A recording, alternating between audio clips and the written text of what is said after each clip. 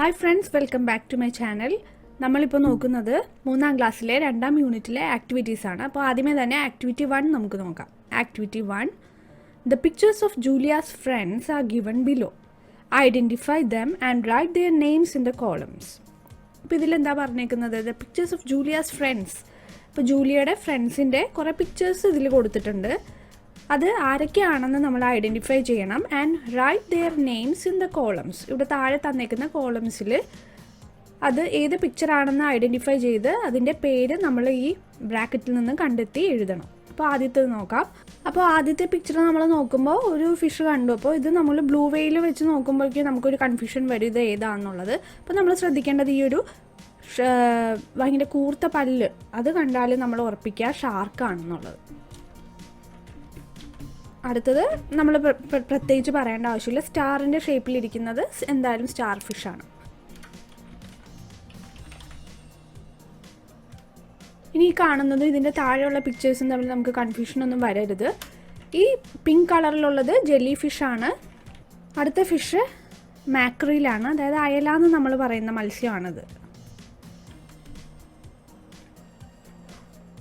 Prawn, PRAWN, prawn. നമ്മൾ വലിയ ചെമ്മീനില്ലേ അതാണ്. ഇനി അടുത്ത നമ്മൾക്ക് ഫെമിലിയർ ആണ് ക്രാബ്, ഞണ്ട്.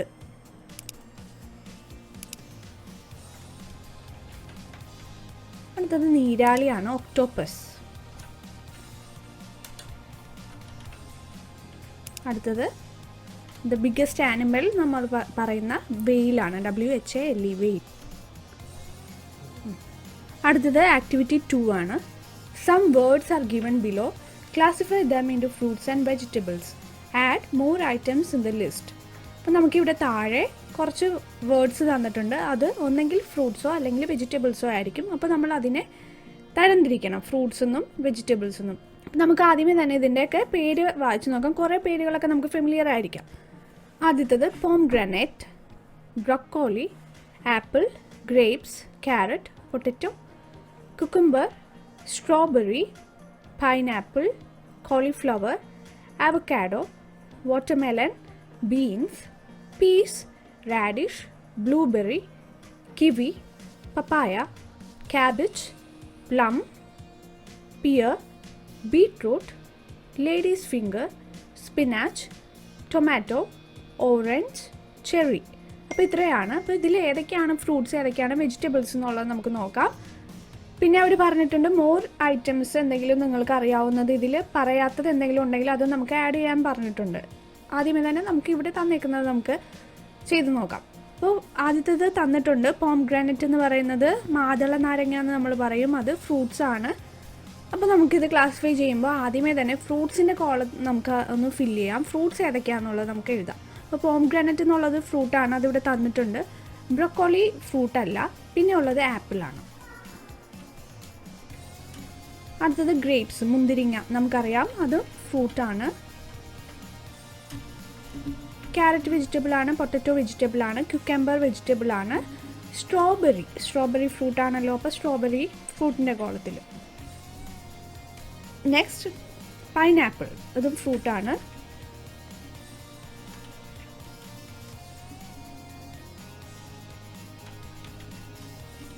ഇനിയുള്ളത് കോളിഫ്ലവർ ആണ്, അതൊരു വെജിറ്റബിൾ ആണെന്ന് നമുക്കറിയാം. പിന്നെ ഉള്ളത് അവക്കാഡോ എന്ന് പറയുന്ന ഫ്രൂട്ട് ചിലപ്പോൾ ഫെമിലിയർ ആയിരിക്കില്ല. നമ്മൾ ഏകദേശം ഇപ്പോൾ നമ്മളുടെ നാട്ടിലെ പേരയ്ക്കൊക്കെ അതുപോലെ സിമിലർ ആയിട്ടുള്ളതാണ് അവക്കാഡോ എന്ന് പറയുന്നത്.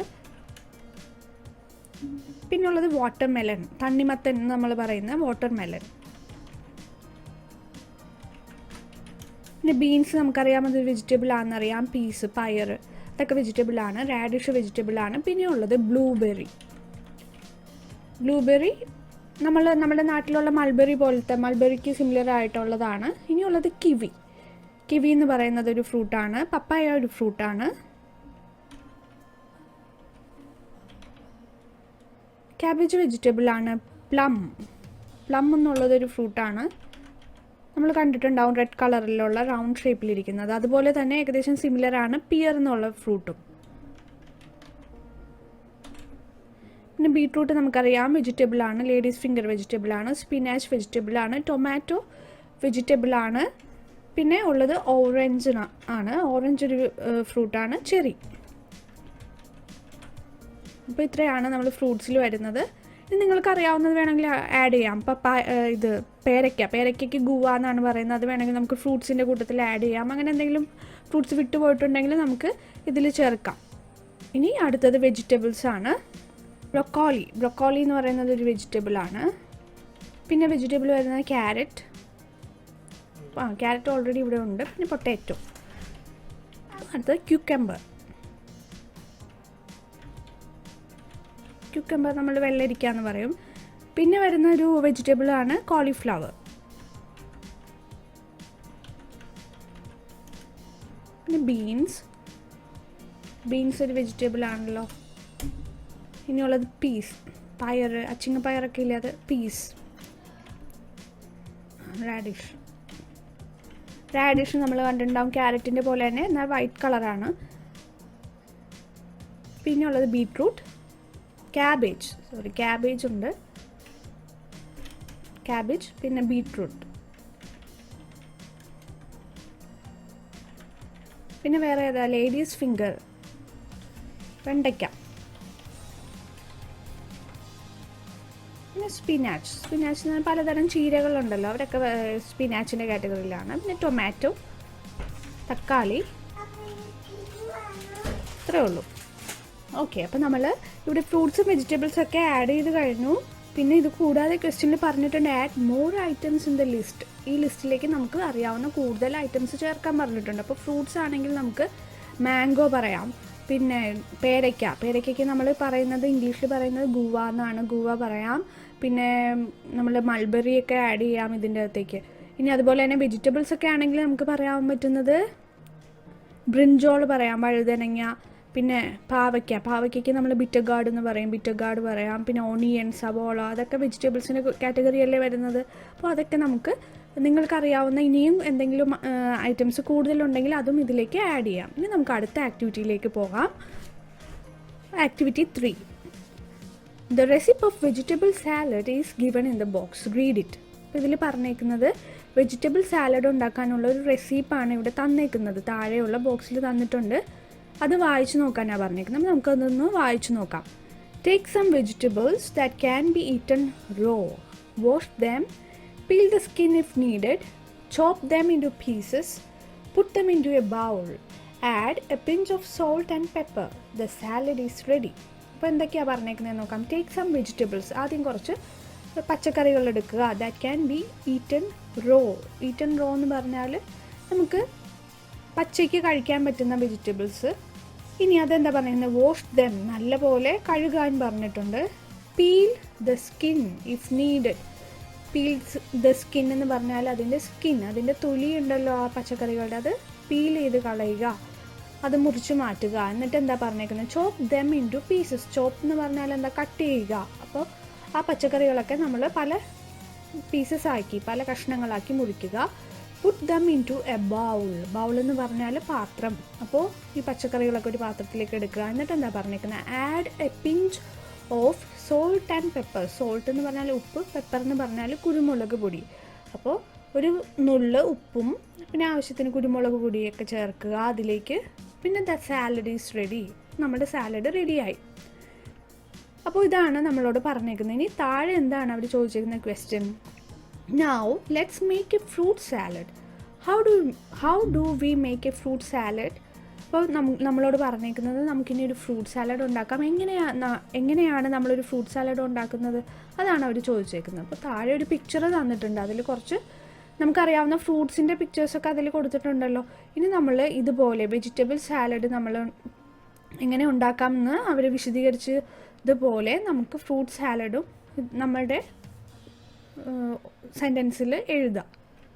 അപ്പോൾ അതെങ്ങനെയാണെന്ന് നോക്കാം. ആദ്യമേ തന്നെ ഇവിടെ പറഞ്ഞേക്കുന്നത് എന്താണ്, ടേക്ക് സം വെജിറ്റബിൾസ് എന്നല്ലേ. അപ്പോൾ ഇവിടെ എന്തായിരിക്കും, വെജിറ്റബിൾസ് അല്ലല്ലോ, ഫ്രൂട്ട് സാലഡ് അല്ലേ. അപ്പോൾ ഫ്രൂട്ട്സ് എടുക്കുക. അപ്പോൾ take some fruits that can be eaten. അപ്പോൾ ഫ്രൂട്ട്സ് എന്ന് പറയുന്നത് എന്തായാലും നമ്മൾ റോ ആയിട്ടാണ് കഴിക്കുന്നത്, വേവിച്ചിട്ടൊന്നും അല്ലല്ലോ. അപ്പം നമുക്ക് that can be eaten raw എന്ന് പ്രത്യേകം എടുത്ത് പറയണ്ട. ടേക്ക് സം ഫ്രൂട്ട്സ് എന്ന് പറഞ്ഞാൽ മതി. പിന്നെ അതുപോലെ തന്നെ അതിൻ്റെ രണ്ടാമത്തെ സ്റ്റെപ്പ് നമ്മൾ എന്തായാലും ചെയ്യണം, വാഷ് ദം അല്ലേ. എന്താണെങ്കിലും ഫ്രൂട്ട്സ് ആണെങ്കിലും വെജിറ്റബിൾസ് ആണെങ്കിലും നമ്മൾ നല്ലപോലെ അത് കഴുകി വൃത്തിയാക്കണം. അപ്പോൾ വാഷ് ദം, പിന്നെ peel the skin if needed. Skin കളയണം എന്നുണ്ടോ?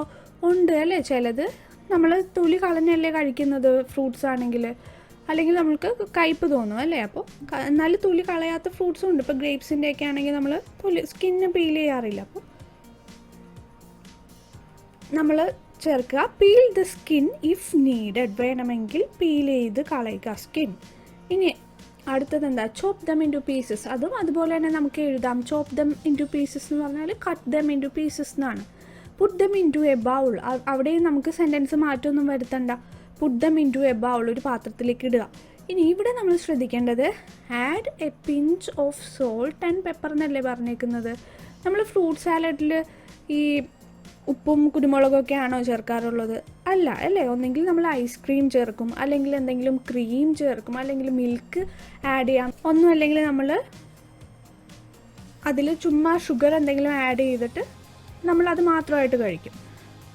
ആൻഡ് അവസാനത്തെ സെൻറ്റൻസ് നോക്കി ദ സാലഡ് ഈസ് റെഡി. അതുപോലെ തന്നെ നമുക്ക് ദ സാലഡ് ഈസ് റെഡി എന്ന് എഴുതിയാൽ നമ്മുടെ ഫ്രൂട്ട് സാലഡിൻ്റെ റെസിപ്പി നമുക്ക് എഴുതി തയ്യാറാക്കാം. അപ്പോൾ നമുക്കത് ഇനി എഴുതി നോക്കാം.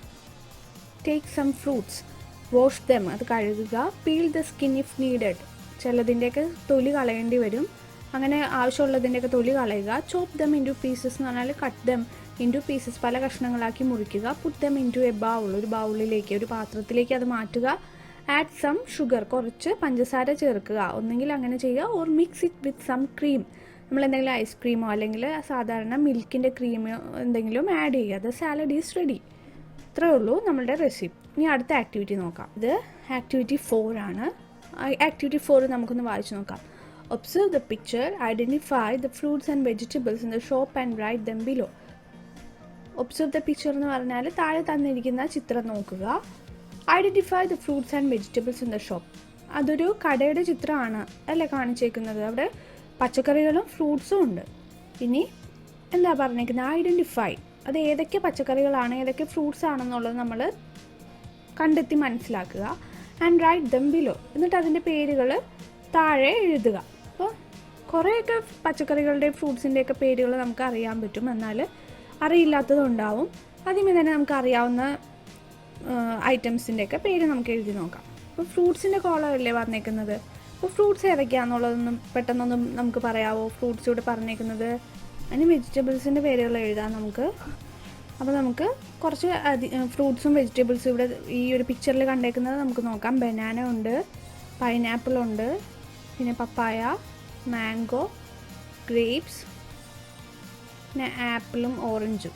ഇനി ഇത് കൂടാതെ വേറെയും ഫ്രൂട്ട്സൊക്കെ ഉണ്ട്. ഇപ്പോൾ ഉണ്ടല്ലേ, ജാക്ക് ഫ്രൂട്ട് ഉണ്ട്, വാട്ടർമെലൺ ഉണ്ട്. അങ്ങനെ കൂടുതലും നിങ്ങൾ ഐഡൻറ്റിഫൈ ചെയ്ത് എഴുതുക. ഇനി വെജിറ്റബിൾസ് ഏതൊക്കെയാണെന്ന് നോക്കിയാൽ ക്യാരറ്റ് ഉണ്ട്, ബ്രിഞ്ചോളുണ്ട്, ടൊമാറ്റോ, തക്കാളി, പിന്നെ ക്യാബേജ്, ബിറ്റർ ഗാർഡ് എന്ന് പറഞ്ഞാൽ പാവയ്ക്ക, ബീട്രൂട്ട്, പിന്നെ ഉള്ളത് എൽഫനിയാം എന്ന് പറഞ്ഞാൽ ചേന. ഇനി അതുകൂടാതെ ഇവിടെ കണ്ടില്ലേ കോളിഫ്ലവർ ഉണ്ട്, പൊട്ടറ്റോ ഉണ്ട്. ഇതൊക്കെ നമുക്ക് എഴുതി ചേർക്കാവുന്നതാണ്. അപ്പോൾ ബാക്കി നിങ്ങൾ തനിയെ കണ്ടുപിടിച്ച് എഴുതുക ഈ പിക്ചറിൽ നിന്നും. ഇനി അടുത്തത് ആക്ടിവിറ്റി 5 ആണ്. Pair an album collecting pictures of various fruits and vegetables. എന്താ പറഞ്ഞേക്കുന്നത്? നമ്മളോട് ഒരു ആൽബം ഉണ്ടാക്കാനാണ് പറഞ്ഞേക്കുന്നത്. വേരിയസ് ഫ്രൂട്ട്സ് ആൻഡ് വെജിറ്റബിൾസ്, പലതരത്തിലുള്ള ഫ്രൂട്ട്സിൻ്റെയും വെജിറ്റബിൾസിൻ്റെയും പിക്ചേഴ്സ്, ചിത്രങ്ങൾ ഒട്ടിച്ചുകൊണ്ടുള്ള ഒരു ആൽബം തയ്യാറാക്കാനാണ്. അപ്പോൾ അത് നിങ്ങൾക്ക് തനിയെ തയ്യാറാക്കാവുന്നതേ ഉള്ളൂ. നമുക്ക് ഈ പത്രത്തിൽ നിന്നും ഏതെങ്കിലും പഴയ ബുക്കുകളിൽ നിന്നൊക്കെ ഇങ്ങനെ കളക്ട് ചെയ്യാൻ പറ്റുമെങ്കിൽ പിക്ചേഴ്സൊക്കെ കളക്ട് ചെയ്തിട്ട് നിങ്ങൾ തനിയെ ഒരു ആൽബം ഉണ്ടാക്കി നോക്കുക. ഇനി അടുത്തത് ആക്ടിവിറ്റി 6 ആണ്. നമുക്കത് വായിച്ചു നോക്കാം. Rewrite the sentences in the given format. A mermaid in a beautiful dress appears near the window. A mermaid in a beautiful dress appeared near the window. അപ്പോൾ ഈ സെൻറ്റൻസ് നമുക്കൊന്ന് നോക്കാമല്ലോ. ആദ്യത്തെ സെൻറ്റൻസിൽ എന്താ പറഞ്ഞേക്കുന്നത്? A mermaid in a beautiful dress appears എന്നുള്ളതാണ് near the window. അതായത് ഒരു മത്സ്യകന്യക നല്ല മനോഹരമായ ഒരു ഡ്രസ്സൊക്കെ ധരിച്ച് ജനലിൻ്റെ അരികിൽ പ്രത്യക്ഷപ്പെടുന്നു. ഇനി രണ്ടാമത്തെ സെൻറ്റൻസിലേക്ക് വരുമ്പോൾ വ്യത്യാസം എന്താണ്? ഈ അപ്പിയേഴ്സ് എന്നുള്ള വേർഡ് അപ്പിയേർഡ് എന്നായി മാറി അല്ലേ? A mermaid in A beautiful dress appeared. അപ്പോൾ അപ്പിയേഴ്സ് എന്നുള്ളത് പ്രത്യക്ഷപ്പെടുന്നു, അപ്പിയേർഡ് എന്ന് പറഞ്ഞാൽ പ്രത്യക്ഷപ്പെട്ടു. അപ്പോൾ ആദ്യം അപ്പിയേഴ്സ് എന്ന് പറയുന്നതിൻ്റെ പാസ്റ്റ് ടെൻസ് ആണ് അപ്പിയേർഡ് എന്ന് പറഞ്ഞാൽ. അപ്പോൾ നമ്മൾ ഇവിടെ ചെയ്യേണ്ടത് താഴെ തന്നേക്കുന്ന സെൻറ്റൻസിലൊക്കെ പ്രസൻറ്റ് ടെൻസിൽ കൊടുത്തേക്കുന്നത് പാസ്റ്റ് ടെൻസിലേക്ക് മാറ്റണം. അപ്പോൾ ആദ്യത്തെ സെൻറ്റൻസ് നമുക്ക് നോക്കാം. അപ്പോൾ താഴെ തന്നേക്കുന്ന സെൻറ്റൻസുകളൊക്കെ നമുക്കൊന്ന് വായിച്ചു നോക്കാം. The jellyfish brings glinting lights. The whales come with jingling bangles. The dolphins carry fragrant flowers. Julia smiles. The party begins. അപ്പോൾ ആദ്യത്തെ സെൻറ്റൻസ് എന്താ കൊടുത്തേക്കുന്നത്? The jellyfish brings glinting lights. അപ്പോൾ ഇവിടെ നമ്മൾ ആദ്യം ഐഡൻറ്റിഫൈ ചെയ്യേണ്ടത് എന്താണ് ഇവിടെ ചെയ്യുന്ന പ്രവൃത്തി എന്ന് നോക്കണം. ജെല്ലി ഫിഷ് എന്ത് പ്രവൃത്തിയാണ് ചെയ്തത്? ഗ്ലിൻറ്റിംഗ് ലൈറ്റ്സ് കൊണ്ടുവന്നു എന്നുള്ളൊരു പ്രവൃത്തിയല്ലേ? കൊണ്ടുവരിക എന്നുള്ള പ്രവൃത്തി, കൊണ്ടുവരുന്നു എന്നുള്ളൊരു പ്രവൃത്തി അല്ലേ? ബ്രിങ്സ്. അപ്പോൾ നമ്മൾ അതിനെ പാസ്റ്റ് ടെൻസിലേക്ക് മാറ്റണം. അതായത് കൊണ്ടുവരിക എന്നുള്ളത് കൊണ്ടുവന്നു എന്നാക്കണം. അപ്പോൾ ബ്രിങ്സിൻ്റെ പാസ്റ്റ് ടെൻസ്, ബ്രിങ്ങിൻ്റെ പാസ്റ്റ് ടെൻസ് എന്താണ്? ബ്രോട്ടാണ്. അപ്പോൾ അതുകൊണ്ട് നമ്മൾ ആ സെൻറ്റൻസ് എഴുതുമ്പോൾ the jellyfish brought glinting lights എന്നാക്കി. ഇനി അടുത്തത് the whales come with jingling bangles. The whales, തിമിംഗലം എങ്ങനെയാണ് വരുന്നത്? കം എന്ന് പറഞ്ഞാൽ വരുന്നു. വിത്ത് ജിംഗ്ലിംഗ് ബാംഗിൾസ്, കിലുങ്ങുന്ന വളകളും കൊണ്ടാണ് വരുന്നത്. അപ്പോൾ അത് വരുന്നു എന്നുള്ളതല്ലേ പ്രവൃത്തി, വെയിൽസ് ചെയ്യുന്ന പ്രവൃത്തി. അപ്പോൾ അതിനെ നമ്മൾ പാസ്റ്റ് ടെൻസിലേക്ക് ആക്കുമ്പോൾ വരുന്നു എന്നുള്ളത് വന്നു എന്നാക്കണം. ദ വെയിൽസ് കം എന്നുള്ളത് കെയിമായി. ബാക്കിയൊക്കെ അതുപോലെ തന്നെയാണ് നമ്മൾ എഴുതുന്നത്. ഇനി അടുത്ത സെൻറ്റൻസ് നോക്കിയത് the dolphins carry fragrant flowers. The dolphins എന്താ ചെയ്യുന്നത്? ഫ്രാഗ്രൻറ്റ് ഫ്ലവേഴ്സ്, സുഗന്ധമുള്ള പുഷ്പങ്ങൾ ക്യാരി ചെയ്യുന്നു. ക്യാരി ചെയ്യാന്ന് പറഞ്ഞാൽ ചുമന്നുകൊണ്ട് വരുന്നു. അപ്പോൾ ഇവിടെ പ്രവൃത്തി എന്താണ്? ചുമന്നുകൊണ്ട് വരിക എന്നുള്ളതല്ലേ? അപ്പോൾ ആ പ്രവൃത്തിയെ നമ്മൾ പാസ്റ്റ് ടെൻസിലേക്ക് ആക്കണം. ചുമന്നുകൊണ്ട് വന്നു എന്നാക്കണം. അപ്പോൾ ദ ഡോൾഫിൻസ് ക്യാരി എന്നുള്ളതിൻ്റെ പാസ്റ്റ് ടെൻസ് ആണ് ക്യാരീഡ്. അപ്പോൾ ക്യാരീഡ് എന്നാക്കി. ഇനി ജൂലിയ സ്മൈൽസ്, ജൂലിയ പുഞ്ചിരിക്കുന്നു. അപ്പോൾ ഇവിടെ പ്രവൃത്തി എന്താണ്? പുഞ്ചിരിക്കുന്നു എന്നുള്ളതാണ്. അപ്പോൾ അതിനെ നമ്മൾ പാസ്റ്റ് ടെൻസ് ആക്കിയപ്പോൾ പുഞ്ചിരിച്ചു എന്നായി. അപ്പോൾ അതെങ്ങനെയാണ് നമ്മൾ ഇംഗ്ലീഷിലേക്ക് എഴുതുക? സ്മൈൽസിൻ്റെ പാസ്റ്റ് ടെൻസ് ആണെങ്കിൽ സ്മൈൽഡ് എന്നുള്ളതാണ്. അപ്പോൾ ജൂലിയ സ്മൈൽഡ്. ഇനി അടുത്തത് നമ്മൾ ഇതുപോലെ തന്നെയാണ് ദ പാർട്ടി ബിഗിൻസ്, ആഘോഷങ്ങൾ തുടങ്ങുന്നു. അപ്പോൾ തുടങ്ങുന്നു എന്നുള്ളതാണ് ഇവിടെ മെയിനായിട്ടുള്ള പ്രവൃത്തി. അപ്പോൾ തുടങ്ങുന്നു എന്നുള്ളത് തുടങ്ങി എന്നാക്കണം. പാസ്റ്റ് ടെൻസ് എന്ന് പറഞ്ഞാൽ കഴിഞ്ഞു പോയതെന്നല്ലേ അർത്ഥം. അപ്പോൾ തുടങ്ങി എന്നാക്കണം. അപ്പോൾ ബിഗിൻസിൻ്റെ പാസ്റ്റ് ടെൻസ് ബിഗാൻ എന്നുള്ളതാണ്. അപ്പോൾ ദ പാർട്ടി ബിഗാൻ. അപ്പോൾ ഇത്രേ ഉള്ളൂ. നമ്മൾ എവിടെയൊക്കെയാണ് പ്രസൻറ്റ് ടെൻസ് ഉള്ളത് അതിനെയൊക്കെ പാസ്റ്റ് ടെൻസ് ആക്കി മാറ്റിയിട്ടുണ്ട്. അതാണ് ഈ ഒരു ആക്ടിവിറ്റി. ഇനി നമുക്ക് ആക്ടിവിറ്റി 7 നോക്കാം. Look at the pictures given below. The words underlined indicate A group. അതായത് താഴെ കുറച്ച് പിക്ചേഴ്സൊക്കെ തന്നിട്ടുണ്ടല്ലോ, അതിൻ്റെ താഴെയായിട്ട് നമുക്ക് എക്സ്പ്ലനേഷനും തന്നിട്ടുണ്ട്. ഇപ്പോൾ ഫിഷിൻ്റെ പടത്തിൻ്റെ താഴെ ഫിഷ്, ബനാന പടത്തിൻ്റെ താഴെ ബനാന, അതേപോലെ തന്നെ ഡോഗ് തന്നിട്ടുണ്ട്. ഇനി അതിൻ്റെ ഓപ്പോസിറ്റായിട്ട് എന്താ കിടക്കുന്നത്?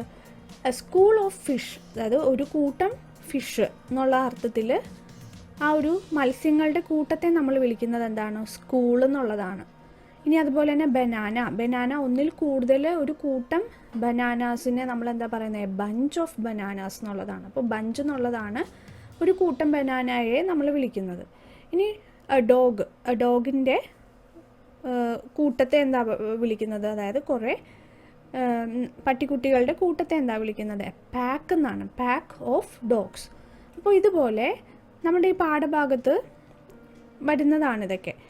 അപ്പോൾ അതുപോലെ തന്നെ നമ്മുടെ ഡെയിലി ലൈഫിൽ നമുക്ക് യൂസ് ചെയ്യാൻ പറ്റുന്ന കുറച്ച് വാക്കുകളുണ്ട്. ഇപ്പോൾ നോക്കാം. Now look at the pictures and write suitable word from those given in brackets. ഇനി ഇവിടെ കുറച്ച് ബ്രാക്കറ്റിൽ കുറച്ച് വേർഡ്സ് തന്നിട്ടുണ്ടല്ലോ. ഹേർഡ് എന്ന് പറഞ്ഞാൽ ഒരു കൂട്ടം തന്നെയാണ്. ടീം എന്ന് പറയുന്നത് കൂട്ടമാണ്. ബഞ്ച് എന്ന് പറയുന്നത് കൂട്ടമാണ്. പക്ഷേ നമ്മൾ ഈ മൂന്ന് വാക്കുകളുടെ അർത്ഥം ഒന്നാണെങ്കിലും നമ്മളത് ഉപയോഗിക്കുന്നത് പല കാര്യങ്ങളെയും സൂചിപ്പിക്കാനാണ്. അപ്പോൾ ആദ്യത്തെ ചിത്രത്തിൽ നോക്കിയേ, കുറേ കൂട്ടുകാരാണ് അല്ലേ, അല്ലെങ്കിൽ കളിക്കുന്ന കുട്ടികളാണ്. അപ്പോൾ എ ഡാഷ് ഓഫ് പ്ലെയേഴ്സ്. അപ്പോൾ ഒരു കൂട്ടം കളിക്കാരെ നമ്മൾ വിളിക്കുന്നത് എന്താണ്? ഹേർഡ് എന്നല്ല, ബഞ്ച് എന്നല്ല. ബഞ്ച് എന്ന് പറഞ്ഞാൽ കൂട്ടം തന്നെയാണ് അർത്ഥം, ഹേർഡ് എന്ന് പറഞ്ഞാലും കൂട്ടം തന്നെയാണ്. പക്ഷേ പ്ലെയേഴ്സിൻ്റെ കൂട്ടത്തെ നമ്മൾ പ്രത്യേകമായിട്ട് വിളിക്കുന്ന പേരാണ് ടീം എന്നുള്ളത്.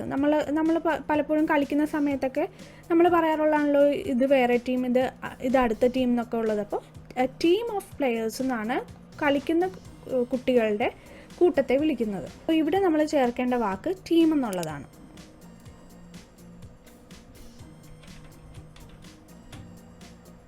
ഇനി അതുപോലെ തന്നെ കുറേ ആടുകളുടെ പടമാണ് തന്നിരിക്കുന്നത്. ആടുകളുടെ കൂട്ടത്തെ വിളിക്കുന്നതാണ് ഹേർഡ് എന്നുള്ളത്. HERD, heard. ഇനി അടുത്തത് താക്കോലുകളുടെ കൂട്ടത്തെ നമ്മൾ വിളിക്കുന്നത് ബഞ്ച്.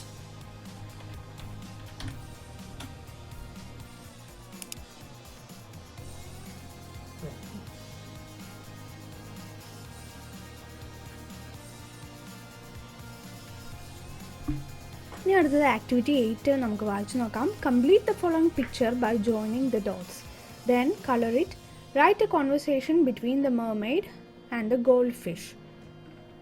അപ്പോൾ നമുക്ക് ഇവിടെ പറഞ്ഞേക്കുന്നത് എന്താണ്? കംപ്ലീറ്റ് ദ ഫോളോയിങ് പിക്ചർ, താഴെ കൊടുത്തിരിക്കുന്ന പിക്ചർ നമ്മൾ കംപ്ലീറ്റ് ചെയ്യാം.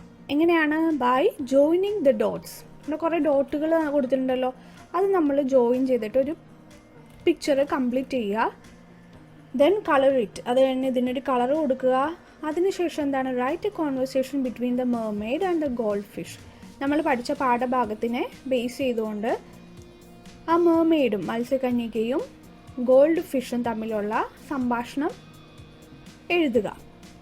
അപ്പോൾ ആദ്യമേ തന്നെ നിങ്ങളിത് വരച്ച് കംപ്ലീറ്റ് ചെയ്താൽ മതി. 1, 2, 3 എന്നുള്ളത് ആ ഒരു ഓർഡറിൽ തന്നെ നമ്പർ നോക്കിയിട്ട് നമ്മൾ അത് കംപ്ലീറ്റ് ചെയ്യുക. അതിന് കളർ കൊടുക്കുക. ഇനി നമുക്ക് കോൺവെർസേഷൻ നോക്കാം. അപ്പം മെർമെയ്ഡിൻ്റെ കോൺവെർസേഷൻ മുതൽ തുടങ്ങുമ്പോൾ നമുക്ക് ആദ്യം മെർമെയ്ഡ് എന്താ പറയുന്നതെന്നുള്ളത് ഒന്ന് ചിന്തിക്കാം.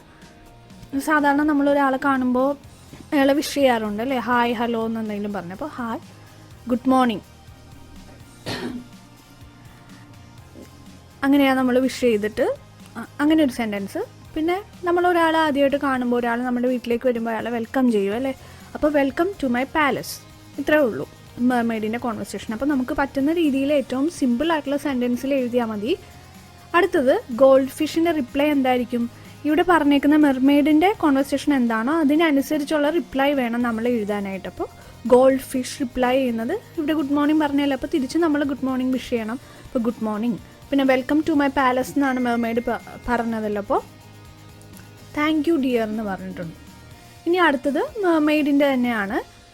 അപ്പോൾ mermaid happy to meet you, താങ്കളെ കണ്ടതിൽ എനിക്ക് ഒത്തിരി സന്തോഷമുണ്ടെന്ന് പറയാണ്. Happy to meet you. അപ്പോൾ ഇത് നോക്കുക, ചെറിയ സെൻറ്റൻസ് ആണ് അല്ലേ? വളരെ സിമ്പിൾ സെൻറ്റൻസ് ആണ്. ഇനി ഗോൾഡ് ഫിഷ് എന്താണ് അത് പറയുന്നത്? അത് ഹാപ്പി ടു മീറ്റ് യു എന്ന് കേട്ടപ്പോൾ, നിന്നെ കണ്ടതിൽ എനിക്ക് ഒത്തിരി സന്തോഷമുണ്ടെന്ന് കേട്ടപ്പോൾ ഗോൾഡ് ഫിഷ് പറയാണ് എനിക്കും അങ്ങനെ തന്നെ. മീ ടു എന്ന് പറഞ്ഞാൽ എനിക്കും അതുപോലെയാണ് എന്നുള്ളതാണ്. പിന്നെ യു ലുക്ക് സോ ക്യൂട്ട്, നമ്മൾ ആ പാഠഭാഗത്ത് കാണുന്നുണ്ടല്ലോ, ഗോൾഡ് ഫിഷ് മെർമെയ്ഡിനെ ആദ്യമേ കാണുമ്പോൾ പറയുന്നത് യു ലുക്ക് സോ ക്യൂട്ട് എന്നാണ്, അല്ലെങ്കിൽ യു ലുക്ക് വെരി ബ്യൂട്ടിഫുൾ എന്നാണ്. അപ്പോൾ യു ലുക്ക് സോ ക്യൂട്ട്. ഇനി മെർമെയ്ഡ് എന്താ പറയുന്നത്? അങ്ങനെ ഒരു കമൻറ്റ് വരുമ്പോൾ അല്ലെ, ഒരാൾ നമ്മളെപ്പറ്റി യു ലുക്ക് സോ ക്യൂട്ട് എന്ന് പറഞ്ഞാൽ, അല്ലെങ്കിൽ യു ലുക്ക് സോ ബ്യൂട്ടിഫുൾ എന്ന് പറഞ്ഞാൽ നമ്മൾ തിരിച്ചെന്ത് പറയും? താങ്ക് യു പറയും. അപ്പോൾ മെർമെയ്ഡ് പറയാണ് thank you. Come on let us begin the party. അപ്പോൾ നമ്മൾ പാഠത്തിൽ കണ്ടു, ലെറ്റിൻ്റെ കൂടെ അപ്പോസ്ട്രഫി ഇട്ടിട്ടൊരു എസ് പറഞ്ഞാൽ ലെറ്റസ് എന്നുള്ളതിൻ്റെ ഷോർട്ട് ഫോമാണ്. അപ്പോൾ കമോൺ, വരൂ, ലെറ്റസ് ബിഗിൻ ദ പാർട്ടി, നമുക്ക് പാർട്ടി തുടങ്ങാം. ബിഗിൻ എന്ന് പറഞ്ഞാൽ തുടങ്ങാം എന്നുള്ളതാണ്. അപ്പോൾ അങ്ങനെ ഒരു സെൻറ്റൻസ് ചേർത്തു. അപ്പോൾ ഗോൾഡ് ഫിഷ് എന്താണ് പറയുക? ഷുവർ ഡിയർ, ശരി, ഉറപ്പായും നമുക്ക് തുടങ്ങാം എന്ന് പറയാണ്. അപ്പോൾ ഇത്രേ ഉള്ളൂ. അപ്പോൾ നമുക്കിപ്പോൾ വന്നേക്കുന്നത് 1, 2, 3 എക്സ്ചേഞ്ചസ് ആണ്. ഇപ്പോൾ ഇങ്ങനെയുള്ള കോൺവെർസേഷൻ എഴുതാൻ പറയുമ്പോൾ നമ്മൾ എന്താ ചെയ്യുന്നത്? മാക്സിമം ഏറ്റവും ചെറിയ സെൻറ്റൻസിൽ എഴുതാൻ നോക്കുക. നമ്മൾക്കറിയാവുന്ന, നമ്മൾ ഡെയിലി യൂസ് ചെയ്യുന്ന വാക്കുകൾ അല്ലെങ്കിൽ സെൻറ്റൻസ് ഒക്കെ തന്നെ ഉപയോഗിച്ച്, താങ്ക് യു, ഗുഡ് മോർണിംഗ്, അതൊക്കെ നമ്മൾ ഡെയിലി യൂസ് ചെയ്യുന്ന വാക്കുകൾ, സെൻറ്റൻസുകളൊക്കെ ആണല്ലോ. അപ്പോൾ അത് യൂസ് ചെയ്തിട്ട് നമ്മളൊരു കോൺവെർസേഷൻ എഴുതാൻ നോക്കുക. ഇനി അടുത്ത ആക്ടിവിറ്റി എന്താണെന്ന് നമുക്ക് നോക്കാം. അടുത്തതൊരു ക്വസ്റ്റ്യൻ ആണ് നമ്മളോട് ചോദിച്ചിരിക്കുന്നത്. Do you enjoy playing with water? നിങ്ങൾ വെള്ളത്തിൽ കളിക്കാൻ ഇഷ്ടപ്പെടുന്നവരാണോ?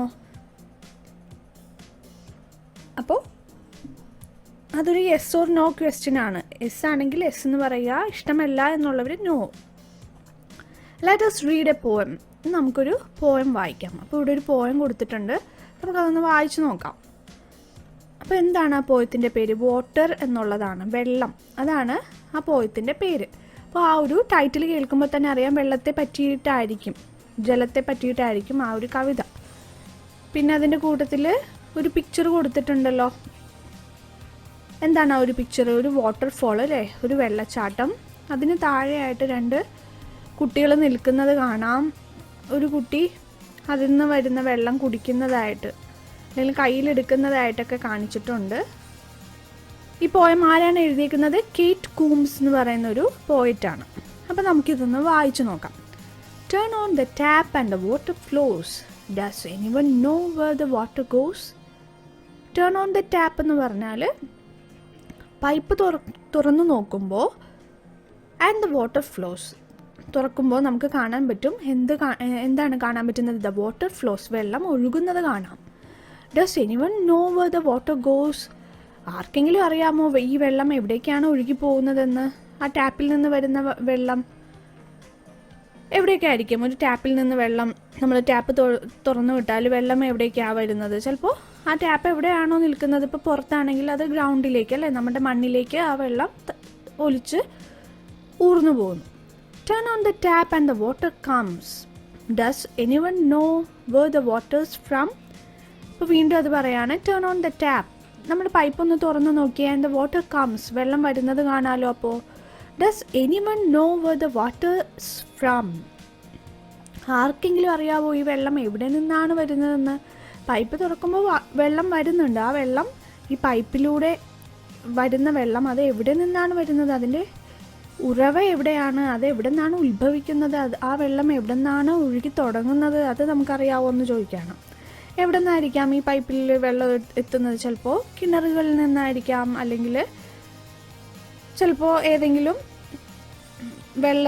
വെള്ളം വരുന്ന സ്രോതസ്സുകളുണ്ടല്ലോ, റിവേഴ്സ് ആവാം, നദികളാവാം, കുളത്തിൽ നിന്നൊക്കെ ആവാം ഈ വെള്ളം വരുന്നത് അല്ലേ. Water is clean and water is cool, living in reverse and raining in pools. അപ്പോൾ പറയാണ് വാട്ടർ ഈസ് ക്ലീൻ, വെള്ളം വളരെ ക്ലീനാണ്, ശുദ്ധിയുള്ളതാണ്. ആൻഡ് വാട്ടർ ഈസ് കൂൾ, വെള്ളത്തിന് തണുപ്പാണ്. Living in reverse and raining in pools, ആ വെള്ളം എവിടെയാണ് കാണപ്പെടുന്നത്? ലിവിങ് ഇൻ റിവേഴ്സ് എന്ന് പറഞ്ഞാൽ നദികളിലാണ് ഈ വെള്ളം കാണപ്പെടുന്നത്. ലിവിങ് എന്ന് പറഞ്ഞാൽ, ലീവ് എന്ന് പറഞ്ഞാൽ ജീവിക്കുക എന്നുള്ളൊരർത്ഥമാണ്. പക്ഷേ ഇവിടെ ജലം ജീവിക്കുക എന്നുള്ളതല്ല, ജലം കാണപ്പെടുന്നത് എവിടെയാണ്? ഈ നദികളിലാണ്. ആൻഡ് റെയിനിങ് ഇൻ പൂൾസ് എന്ന് പറഞ്ഞാൽ ഈ കുളത്തിലൊക്കെ വെള്ളം വരുന്നത് എങ്ങനെയാണ്? മഴയൊക്കെ പെയ്യുന്ന സമയത്ത് ഈ മഴവെള്ളം വന്ന് കുളത്തിൽ നിറയും. ആ വെള്ളമാണ് നമ്മൾ ചിലപ്പോൾ പൈപ്പിലൂടെ, ടാപ്പിലൂടെയൊക്കെ നമ്മൾ വീട്ട് ആവശ്യത്തിന് വേണ്ടിയൊക്കെ ഉപയോഗിക്കുന്നത്. അപ്പോൾ അതാണ് അവിടെ പറയുന്നത്. Yet water can trickle and wells can dry up till there is nothing left to fill the cup. Yet water can trickle and wells can dry up till there is nothing left to fill the cup. Yet എന്ന് പറഞ്ഞാൽ എന്നാലും, water can trickle എന്ന് പറഞ്ഞാൽ flow എന്ന് പറയുന്ന അർത്ഥമാണ്. വെള്ളത്തിന് ഒഴുകാൻ സാധിക്കും. And wells can dry up, കിണറുകൾ വറ്റിപ്പോവും. Till there is nothing left to fill the cup. എന്ന് പറഞ്ഞാൽ ഒരു കപ്പ് നിറയ്ക്കാൻ വേണ്ടും അത്രയും വെള്ളം ഇല്ലാത്ത രീതിയിൽ, ഒരു ചെറിയൊരു കപ്പിൽ നിറയ്ക്കാനുള്ള വെള്ളം പോലും ഇല്ലാത്ത അത്രയും രീതിയിൽ നമ്മുടെ വീടുകളിലുള്ള കിണറുകളും ഒക്കെ വറ്റിപ്പോവാനും സാധ്യതയുണ്ട്. ഇങ്ങനെ മഴ പെയ്യുമ്പോഴൊക്കെ കുളത്തിൽ വെള്ളം വന്ന് നിറയുമ്പോഴും നദികളിൽ ഒത്തിരി വെള്ളമുള്ള സമയമാണെങ്കിൽ പോലും നമുക്ക് പറയാൻ പറ്റില്ല എപ്പോഴാണ് ഒരു വരൾച്ച വരുന്നത്. അപ്പോൾ അങ്ങനെയൊക്കെ സംഭവിച്ചാൽ, അല്ലെങ്കിൽ ചൂട് കൂടുമ്പോൾ വരണ്ട കാലാവസ്ഥയാണെങ്കിൽ വെള്ളമൊക്കെ വറ്റിപ്പോവാം അല്ലേ. അപ്പോൾ അങ്ങനെ ഒരു അവസ്ഥ വന്നു കഴിഞ്ഞാൽ ചിലപ്പോൾ നമ്മളുടെ കിണറുകൾ പോലും ഡ്രൈ അപ്പ് എന്ന് പറഞ്ഞാൽ ഉണങ്ങിപ്പോകും. അപ്പോൾ ഒരു കപ്പിൽ വെള്ളം എടുക്കാൻ പോലും ഉള്ള വെള്ളം ബാക്കി കാണാത്ത രീതിയിൽ നമ്മളുടെ അങ്ങനെ ഒരു അവസ്ഥയും വരാം. അപ്പോൾ ഇതാണ് ഈ ഒരു കവിത. അപ്പോൾ കേറ്റ് കൂംസ് എന്ന് പറയുന്ന ഒരു പോയിട്ടാണ് അത് എഴുതിയത്. ഇനി നമുക്ക് അതിൻ്റെ താഴെയുള്ള ചോദ്യം നോക്കാം. Where does the water go? Anyone know where does the water goes? അപ്പോൾ ഇതിൽ ഈ പോയിന്റും ചോദിക്കുന്നത് ആ ഒരു ക്വസ്റ്റ്യൻ തന്നെയാണ്. Where does the water go എന്ന്. അതായത് നമ്മൾ പൈപ്പ് തുറക്കുമ്പോൾ വെള്ളം വരുന്നു, ആ വെള്ളം ഒഴുകി നമ്മൾ അത് ഒഴുകി പോകാനായിട്ട് അനുവദിച്ചു കഴിഞ്ഞാൽ ഈ വെള്ളം എവിടേക്കായിരിക്കും പോകുന്നത്? നമ്മുടെ ഗ്രൗണ്ടിലേക്ക് തന്നെയല്ലേ, മണ്ണിലേക്ക് തന്നെയല്ലേ. അപ്പോൾ അതിൻ്റെ ആൻസർ എന്താണ്? Water goes to the soil അല്ലെങ്കിൽ to the ground. Where is the water from? Where is the water from അതെവിടെയാണ്? ഇവിടെ ഈ ഒരു വരി കണ്ടില്ലേ? Does anyone know where the water's from? ഈ പൈപ്പിലൂടെ നമ്മൾ നിത്യ ആവശ്യങ്ങൾക്ക് ഉപയോഗിക്കുന്ന വെള്ളം എവിടെ നിന്നാണെന്നറിയാവോ? അപ്പോൾ എവിടെ നിന്നായിരിക്കാം ഈ പൈപ്പിലൂടെയൊക്കെ വെള്ളം നമ്മൾ ഉപയോഗിക്കാനായിട്ട് നമ്മൾക്ക് കിട്ടുന്നത്? ചിലപ്പോൾ നദികളിൽ നിന്നായിരിക്കാം, റിവേഴ്സിൽ നിന്നായിരിക്കാം, പൂൾ അല്ലേ, പിന്നെ മഴ പെയ്യുന്ന വെള്ളമായിരിക്കാം. അപ്പോൾ അതൊക്കെയാണ് അതിൻ്റെ answer. The water can be from rivers, pools, rain, അതൊക്കെയാണ് ഇതിൻ്റെ answer. What shall we do when the water is gone? അപ്പോൾ ഉള്ള വെള്ളമൊക്കെ ഇല്ലാതായി കഴിഞ്ഞാൽ what shall we do when the water is gone, നമ്മൾ എന്ത് ചെയ്യും എന്നാണ് ചോദിച്ചേക്കുന്നത്. അവിടെ നിങ്ങൾക്ക് എന്തൊക്കെയാണ് മനസ്സിൽ തോന്നുന്ന ഉത്തരങ്ങൾ? നമ്മൾ അങ്ങനെ വെള്ളമൊക്കെ ഇല്ലാതായി പോകുന്നൊരവസ്ഥ വന്നു കഴിഞ്ഞാൽ, അപ്പോൾ അങ്ങനെ ഒരു അവസ്ഥ ഉണ്ടാവാതിരിക്കാൻ വേണ്ടിയിട്ട് നമ്മൾ നേരത്തെ തന്നെ ഉള്ള വെള്ളം ശേഖരിച്ച് വെക്കാൻ നോക്കണം അല്ലേ. We have to store water. ശേഖരിച്ച് വെക്കുക എന്നുള്ളതിന് എന്തെന്നാണ് നമ്മൾ പറയുന്നത്? സ്റ്റോർ ചെയ്യുക എന്നുള്ളതാണ്. അപ്പോൾ വി ക്യാൻ സ്റ്റോർ വാട്ടർ, അത്രയും പറഞ്ഞാൽ മതി. അപ്പോൾ ഈ ചോദ്യങ്ങളുടെയൊക്കെ ഉത്തരം നമ്മൾ എഴുതിയിട്ടുണ്ട് ഇവിടെ, നിങ്ങൾക്കത് വായിച്ചു നോക്കാം. ദ വാട്ടർ ഗോ, വെള്ളം എവിടേക്കാണ് പോകുന്നത്? ടു ദ സോയിൽ, മണ്ണിലേക്ക് തന്നെ. Where is the water from? എവിടെ നിന്നാണ് വെള്ളം നമുക്ക് ലഭിക്കുന്നത്? റിവേഴ്സ്, പൂൾസ്, വെൽസ്, നദികളിൽ നിന്നും, കുളത്തിൽ നിന്നും, കിണറുകളിൽ നിന്നും. What shall we do when the water is gone? വെള്ളം പോയി കഴിഞ്ഞാൽ നമ്മൾ എന്ത് ചെയ്യും? വെള്ളം തീർന്നു കഴിഞ്ഞാൽ നമ്മൾ എന്ത് ചെയ്യും? അപ്പോൾ നമ്മൾ അതിന് അനുവദിക്കരുത്. We should store water. നമ്മൾ വെള്ളം സ്റ്റോർ ചെയ്ത് വെക്കണം, ശേഖരിച്ച് വെക്കണം.